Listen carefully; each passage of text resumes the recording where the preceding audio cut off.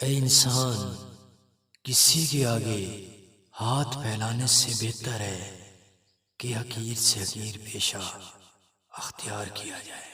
کسی کی تعریف اس کے منہ پر کرنا اسے ذبح کرنے کے برابر ہے۔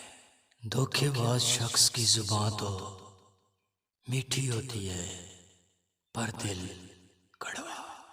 یاد رکھو کہ قدرت کا درس محبت کا درس ہے۔ دنیا میں سب سے اداس بھی وہی لوگ ہوتے ہیں جن کے اندر احساس کا جذبہ موجود ہو۔ جو ہر وقت دوسروں کی برائیاں بیان کرتا رہتا ہے وہ سب سے گھٹیا شخص ہے۔